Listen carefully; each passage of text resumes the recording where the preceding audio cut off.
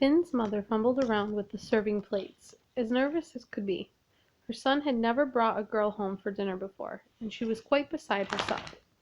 She served meatloaf with green beans and bacon, salad, and cornbread, only to discover that Amanda was a vegetarian. Finn's father was quieter than usual. About halfway through the meal, he asked Amanda to pass the salt. Finn's mom told his father, "Amanda and Finn are going to chat online together after dinner." "Is that right?" he asked. Mr. Whitman challenged their guest. "I don't see why you have to go online to talk. Why can't you just talk if you want to talk?" "We don't own a computer," Amanda answered, "or a TV." Mr. Whitman looked up from his plate, possibly for the first time. "Well, good for you," he said. "Nothing wrong with that. Finn spends way too much time on his, as far as I'm concerned."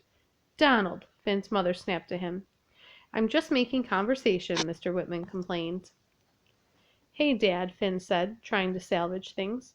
"You know that hurricane. I forget its name. The one that turned out in the ocean and came back ashore?" "Gary?" "Yeah, Gary. Is it true it lost a lot of its power after it went over us?"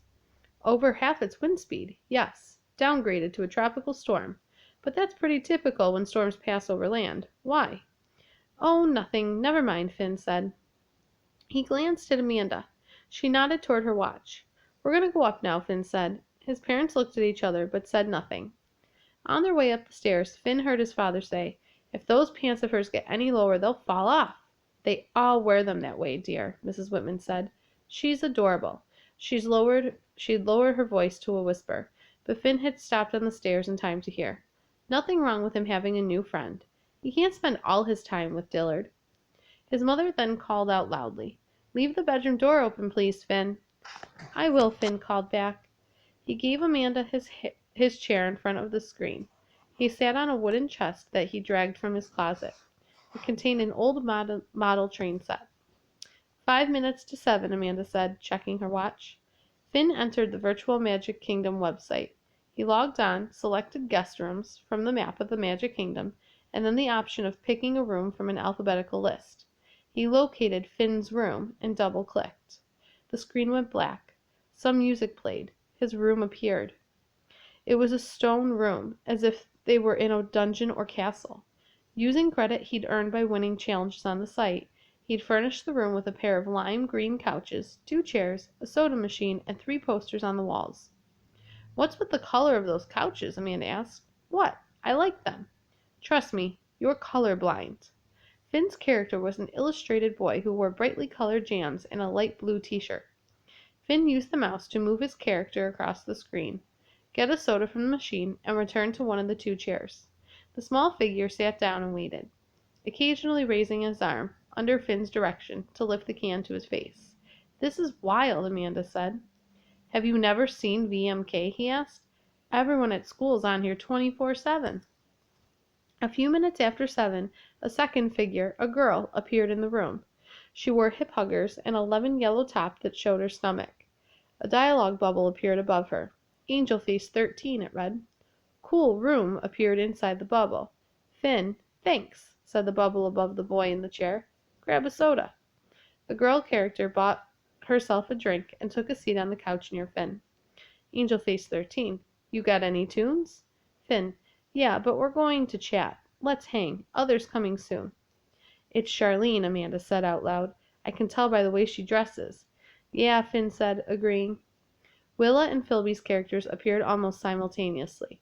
Philby with red hair, Willa dressed like a hippie. They too got drinks and gathered by the others, both standing. Philby, Phillytup, complimented Finn on his choice of posters, clearly impressed that Finn had earned enough creds to purchase them.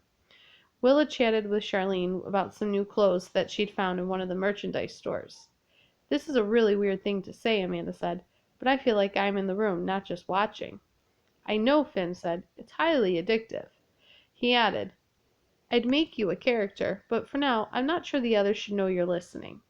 No, I agree. I don't want them to know. I don't want to be seen as a problem." "You're not a problem," Finn said, thinking he should go ahead and register a character for her.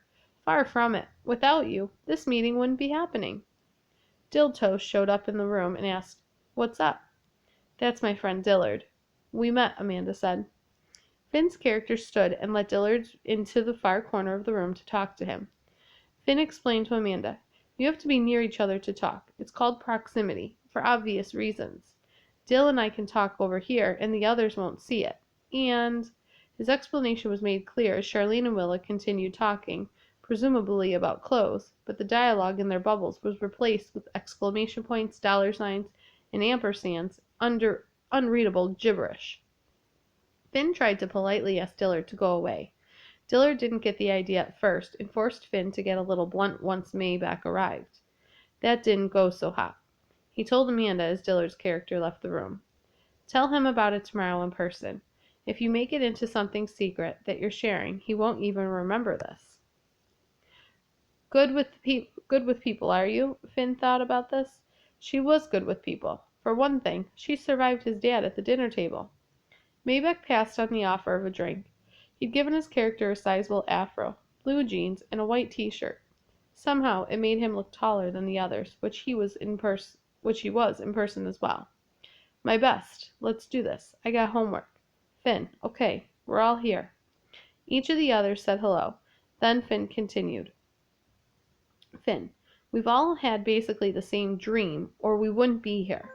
Maybeck and I both felt kind of sick, like fainting. Earlier today. Anybody else?" The dialogue bubble above Willa's character started talking. Willatry, "Yes, I felt awful, but only for a few minutes." Angelface13, "Me too." Philitup, "Yep. My best. So what's with that?" Finn, "They aren't dreams. Charlene and Philby and I were all in the park last night. I got burned on the arm.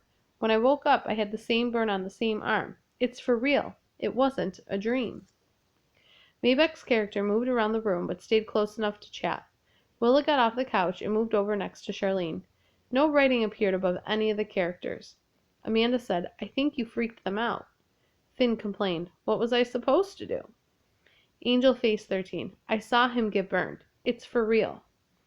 Philitup, "What's weird is that over there we look like our DHIs, but Finn getting burned means we must be part." Finn, human. Part DHI. Part human. That's what Wayne, the old guy, said we were. My best. Does anyone hear how completely stupid this sounds? Philitup, "We all got sick at basically the same moment. That may sound stupid, but it felt awful." My best. "So what do we do?" Amanda, looking on, said, "Now, Finn, you've got to tell them now. Finn, if we all go to bed, to sleep, at the same time tonight, maybe we'll arrive there together." My best. "Tell me you're kidding." Finn, "That's the way it works. I'm sure of it. Wayne wants us all there at the same time." Finn felt a rush of heat. All 5 of them had crossed over at various times. They all shared the same experience. His fingers hovered above the keyboard. "The only way we're going to know what's up is to go to bed at the same time and hope we wake up over there together. Tonight, okay?" One by one, the characters answered. Willatry, "I'll be there." Angelface13, "I'm having trouble falling asleep, but I'll try." Philitup, "I'm there." My best. Word. Finn's character stood up from the couch. He went to the corner and dropped the can into an open box, his makeshift trash can. Charlene followed his lead and did the same. My best. "We all play VMK, right? What if that's got something to do with it?" He had a point, Finn thought. The game had an otherworldly quality. Finn, "We've got to talk to Wayne. How about 9 o'clock tonight?" Each of the characters agreed to time a text bubble appearing above their heads. Then, one by one, they checked out. Finn's character stood alone in the empty room. "You look kind of lonely just standing there," Amanda said. "I think I'm afraid," Finn admitted. He couldn't believe he'd said that out loud.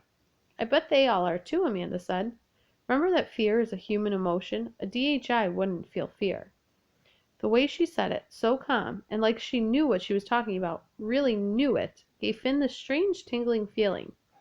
He thought how strange it was that Amanda had just showed up the way she had, become his friend right as he began crossing over. How could he ask for a better friend? And yet, was there something she wasn't telling him? He caught a look in her eye as if she'd said too much and now regretted it. She looked away, breaking their eye contact. "Finn?" It was his mother calling from downstairs. It disturbed the moment. Finn didn't ask Amanda anything, but he'd wanted to. He checked the time. It was going on 8 o'clock. "I can drive Amanda home now," she hollered upstairs. I wish I could go, Amanda said. She didn't mean home. Yeah, that would be cool. He caught himself using the word again. She teased him about it earlier, but not now. It'll be all right, she said, standing. Remember everything so you can tell me. He walked her downstairs to the door, where his mother was waiting with a smile. The three of them walked out to the driveway. Finn took the back seat. Amanda and his mom talked about boring girl stuff, favorite shopping malls, and places to get your hair cut. She lived on the far edge of their school district, in what had once been a small church. There was a stained glass window in the center of the roof's peak, a blue background with a white angel. Lit from inside, it looked as if the angel were flying. He didn't know why, but it seemed appropriate for Amanda. Finn hurried his mother to drive faster on the way back home.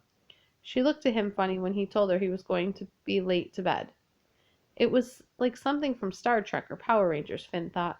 He was standing at Central Plaza, a circle of grass and sidewalks in front of the castle. Over the next several minutes, one by one, the other four DHIs appeared. Charlene first, lying on the grass to his left, wearing her nightgown. She stretched her arms as if waking up. Philby was next, his red hair electric as a DHI. He came hurrying in from Tomorrowland. Willa showed up on the road to Finn's right. She also wore pajamas, shorts, and a matching t-shirt. Maybeck came walking up Main Street alongside Wayne, who drove a Disney golf cart. Well, well, Wayne said, the gang's all here. He climbed out of the cart and made a point of saying hello to Willa, whom he'd only met once before. A loud crashing noise came from somewhere in Tomorrowland. Cheering followed this. Something wild's going on over there, Finn said, pointing. A concerned Wayne said quickly, follow me, and not a word until I say. They followed Wayne and his cart up the ramp that led into the enormous castle. Finn noted that the DHIs glowed and shimmered once inside the shadow of the castle arches. Memorize all this carefully, Wayne called back to the DHIs. He led them through a gift shop and into a storage room, then through a heavy medieval style door that he unlocked with a large key, and down a nondescript hall through another door, and into a vast cavernous space. Finn stopped. Staircases led in every direction, interconnecting in impossible ways, some upside down. A variety of oddly shaped doors of all sizes faced him at every level. Each corridor and staircase connected to the next in the most unlikely, impossible ways, all interlocked. It was a giant puzzle that somehow all fit together, and yet it made no sense. Inverted stairs? We call this Escher's Keep. Walt admired M.C. Eschner's work, Wayne said, climbing a staircase. Who's Eschner? Finn asked. Do your homework, Wayne admonished. The keep was built as part of an Alice in Wonderland attraction, but it never opened. Why not? Walt decided to keep it for himself. Finn reached the top of some steep stairs, out of breath. He continued down a darkened hall and looked up to see Wayne standing upside down on a landing a few yards ahead. Wayne said, don't be fooled, you're fine, but a single misstep and you'll end up in a slide that will dump you into the moat. So stay to the left and only step on the blue tiles, never the white or the red. Pass it along to the others. Finn repeated the weird instructions in a whisper. A moment later, he stood with Wayne to tell to the others now arriving. Both Wayne and Finn appeared to be standing upside down. He heard Maybeck say, okay, this is way cool. Wayne said, this is a good place to come if you're ever in trouble or trying to hide. Without a guide to show the way, no one makes it up the first time. Memorize it carefully. The castle has several secret entrances. I'll show you if we have time. Once in here, you're safe. It isn't safe, Finn remembered Charlene saying. He wasn't sure he wanted to go any farther. Wayne continued, the other place you should be safe is, if you follow the tracks out of the Frontierland train station, toward the Indian encampment. There are some teepees out there that aren't programmed for DHI projection. Safe from what? Finn asked. Ah, Wayne said, ignoring Finn's question. Here come the others. Follow me. Memorize, he reminded. The next two staircases are fakes. Finn was stunned by how incredibly real each of the many staircases appeared. The first staircase turned out to be nothing but paint on a wall. Wayne led him to the real staircase, and together they climbed it. Finn looked back, carefully committing the route to memory. He called ahead to Wayne. If I am half a hologram, half human, as you said, how can I touch anything? Shouldn't I only half touch it? Have you studied Einstein, Finn? Finn didn't want to sound dumb, so he didn't answer. It's time you did. There's more space between atoms than there are atoms. And yet atoms hold together somehow and form what we think of as a solid. We can touch, smell, taste. It all comes down to what you believe, what you think you can do. The only thing Finn knew about Einstein had to do with bagels. He stuck to more practical matters. How will he ever get back down? As he reached yet another landing, Finn realized Wayne was nowhere to be seen. Take the middle door, Wayne's voice instructed. Finn faced half of a hexagon, 3 doors, all at angles. He walked through the middle door, which sprang shut behind him. He now stood in a pitch-black space. Being part hologram, Finn glowed, casting a bluish light into the absolute blackness. But the space seemed to swallow his light. To go on forever, he saw nothing. Charlene came in next. Even when the door opened, Finn saw no walls, only blackness. I don't exactly love this, Charlene said. A pulsing blue light in the dark. The way her voice sounded, so close and bright, told Finn that they were in a very small room. Look up, he said. Are those stars for real? Charlene asked. Is anything real here? The door opened. Philby, Willa, and Maybeck entered. As the door shut, the stars reappeared. Wow, Philby said. Yeah, Finn agreed. What's this about? Maybeck asked. Finn jumped as Wayne said from behind him. Move to the center, everyone. He'd been standing there all along. The kids crowded together into a group. Finn felt the old man's hand grab his wrist and pull him toward what turned out to be a wall. Feel this, Wayne asked. Yes. It was a smooth, glassy button. And this? Another. Yes. Push. Finn pushed. The floor vibrated and the stars grew closer. It took a moment, but Willa understood before the others. It's an elevator. An elevator without walls, Finn said. For it wasn't the floor that appeared to be moving, but the walls. It's an elevator floor, Maybeck said. A platform. The overhead constellations grew closer. As they reached the Big Dipper, Finn could imagine it as a cleverly shaped door. You gotta love this, Philby said. I don't have to, Charlene protested, sounding a little frightened. The floor stopped. Finn heard a click. He pushed against the wall, the Big Dipper, and it opened. They entered a small apartment, full of old furniture and pastel colors, like something from Finn's grandparents' house. A small drafting table occupied the far corner. Most of one wall was filled with books.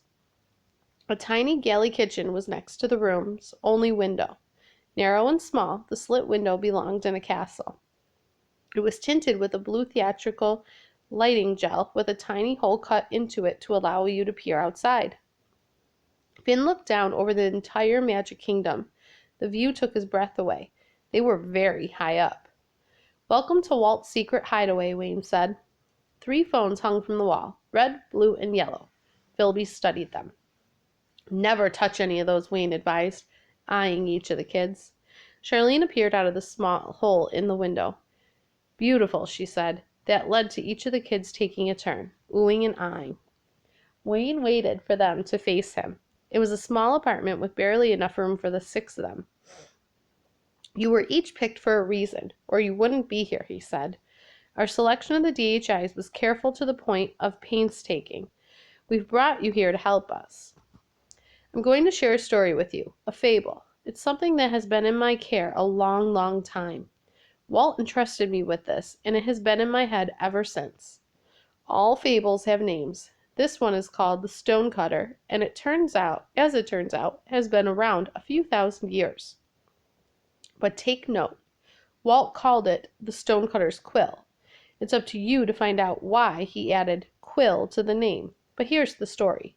I believe it to be the key to stopping the forces that are gathering. The kids looked for places to sit. Willa took a chair, Charlene and Philby the couch, Maybeck sat on the floor, Finn stood. No one said a word. Wayne had their full attention. It was a hot, sweltering day, and the stonecutter balanced on his haunches, chisel and hammer in hand, streams of sweat running down his back as he broke bits of rock away from the base of a wall of stone. It was hard, blistering work, and it felt like the sun had no mercy on him. How wonderful it must be to have the power of the sun, he thought. If I were the sun, no one could resist me. I wish I were the sun. In an instant, he found himself looking down on the earth, beating on it with his heat and energy. He was the sun, and he liked the way he touched everything and everyone below him without mercy. In his presence, people would be thirsty, they would be hot, and they would always know he was there. Suddenly, he realized that there was something impeding him. He could not touch the earth with his power. He looked down and saw that a cloud had interposed itself between him and the earth. He thought. In spite of my great power, there is something that thwarts me. Surely this cloud is mightier than I am. I wish I were the cloud. And in an instant he found he was the cloud, and he could block the sun all day long. What's more, he could rain on those below him, bringing cold, eroding buildings, drowning what he pleased. Surely there was nothing more powerful than he was now. But he felt himself being swayed, and quite without his consent. He was being pushed, and he could not resist the movement. He found that the wind was blowing him to the side, and he saw that because he could not defy it, it was mightier than him. How I wish I were the wind, he thought. And he was. Where he blew, huge trees bent. He could push great walls of water where he pleased. He could topple the tallest, most majestic buildings. Surely he was all-powerful now. But as he swept across the world, he came across something that stopped him. He looked and realized that the mountain before him could not be penetrated. As hard as he might blow against it, he could not push it to the side. Look how it resists me, he thought. Surely this mountain is mightier than me. I wish I were the mountain. And he was. He sat imperial and bold, tall and proud, bolted to the earth, and he knew that there was nothing in all the world that could move him, could destroy him, or could ever overcome him. He was the mightiest thing of all. But then he realized something. From somewhere far below, he felt he was being reduced. He was being destroyed, torn apart, quite against his wishes, and he could do nothing about it. What is there mightier than a mountain, he asked himself. Not the sun, the cloud, or the wind. What could it be? With great effort he looked down, and there, far below at his very base, he saw a stone cutter. The kid said nothing, focused on Wayne expectantly. Wayne said, "The things in the story you need to focus on are the sun, cloud, wind, and stone. At least we're pretty sure about that. Note the order. All four of these themes are seen repeatedly in the Magic Kingdom. Somehow they are meant to lead us to the solution, a way to defeat the darker powers that have begun to threaten the park." Silence. "Comments?" Wayne asked, reminding Finn of an English teacher. "Be careful what you wish for. That's the theme, isn't it?" Maybeck asked. Finn said, "It also says to be satisfied with who you are. Not to mention that no matter how strong you think you are, there's always something stronger," Willa contributed. Philby said, "So it's about power. It's a study of power." "Walt told me that story," Wayne explained, and then said something I will never forget. He said, "I have plans for this place that should put things in perspective, Wayne," and there was a twinkle in his eye. There was something more to it that he was letting on. At least that's been my opinion all these years. "But what?" Finn asked. Wayne shrugged. He repeated, "I have plans for this place that should put things in perspective." "And we're supposed to figure out why he called it the Stonecutter's Quill?" Willa asked. "Yes, it's up to the 5 of you to solve the fable. Others have tried before you, myself included, but to no avail. As matters grew more urgent, we came up with the idea of the DHIs. You have one foot in the character world, one in the real. We need not only to solve whatever the fable is supposed to tell us, but we need to apprehend and stop the overtakers responsible for our recent problems." "And we're the chosen ones," Maybeck said skeptically. "Indeed you are. Very carefully chosen. At that. Intelligence, athleticism, artistry, computer knowledge." "What if we don't want to be chosen?" Willa asked. Finn answered, "There's not much choice. We're going to cross over when we go to sleep." "But that must be your doing," Willa said to Wayne accusingly. The old man looked back impassively. For a moment it seemed he might refuse to answer. Then he said, "It's out of my hands now." He raised his arms dramatically. "I've waited a long time to tell that story to you." Willa spoke. "What are we up against?" Wayne said, "You know how you can sometimes sense a storm before it ever rains? You can almost smell it. Whatever is happening to this place is like that. We know it's coming. Bad things have been happening, but worse things are on their way. We're powerless to do anything about them. You are not. You five can change it." Maybeck snorted. Philby, deep in thought, complained, "What if there isn't enough time?" He won Wayne's attention. Finn explained, "This afternoon we all kind of fainted, all of us, right at the same time, and all in completely different locations." Wayne's face wrinkled in concern. He considered this carefully and said, "Was this sometime after 2 o'clock?" Finn gasped. "How would you know that?" "The DHI's here in the park. They went down for a few minutes this afternoon. Something to do with the computer server." "Maybeck?" Maybeck shied from the summons. "That's right," Philby said, remembering. "You're a computer freak, aren't you, Maybeck?" "Freak? I'm freaking good with them, if that's what you're asking." Finn speculated. "If we're able to cross over at night, and we certainly are, then maybe if something happens to the DHIs during the day, it also happens to us." Wayne said, "I think you'd better hurry." He pursed his lips and looked at each of them in the eyes before saying, "Once the overtakers realize you intend to help us, that you're here to stop them, I believe they'll do whatever they can to stop you first. Maybe your fainting is the result of their dark powers. If they can stop you from crossing over, we're defeated. Fear is one way to stop you." He paused a moment and said, "This is new ground for all of us." Finn felt a chill run up his spine. Still deep in concentration, Philby said, "Walt was an artist, an animator. He drew things. You draw things with pencils and pens. Quills." "Yes," Wayne agreed. "We got that far as well." "So the solution to the fable has something to do with that," Philby said. "A pen, a pencil, a quill." Wayne nodded. "Just as we've thought these many years. But what is it exactly, and where to find it? We have no idea." Willa had her own concerns. "What do you mean by dark powers? Some kind of magic?" What puts us in a bad mood when we just a minute before we felt so good?" Wayne asked. "What makes us afraid of the dark when you know perfectly well there's nothing bad out there? What explains that sometimes we think of a person and 2 seconds later the phone rings, and it's that same person calling us?" Again, Wayne looked at the kids one by one, his face deadly serious. "Not all such forces have to do with hats and rabbits. There are forces bigger than all of us, good and bad." Wayne reached toward the wall. "Good luck," he said as he pushed a circular metal plate embossed with a silhouette of Mickey Mouse. A panel in the floor opened up beneath him. Wayne fell through and disappeared. Finn jumped up ahead of the others. The floor was solid again. Wayne was gone. Sitting on the coffee table in the center of the room was what looked like a small black garage door opener and a single red button. Wayne had used it to send him back to his bed on his earlier visits. Finn pointed it out for the others to see. "Well, I guess that's it. So who's in? Who's up for solving the stonecutter fable?" One by one, the other DHIs tentatively lifted their hands. They had accepted Wayne's challenge. He said, "Philby and Willow will work to connect the fable to the Magic Kingdom. There has to be something we're supposed to do with the story.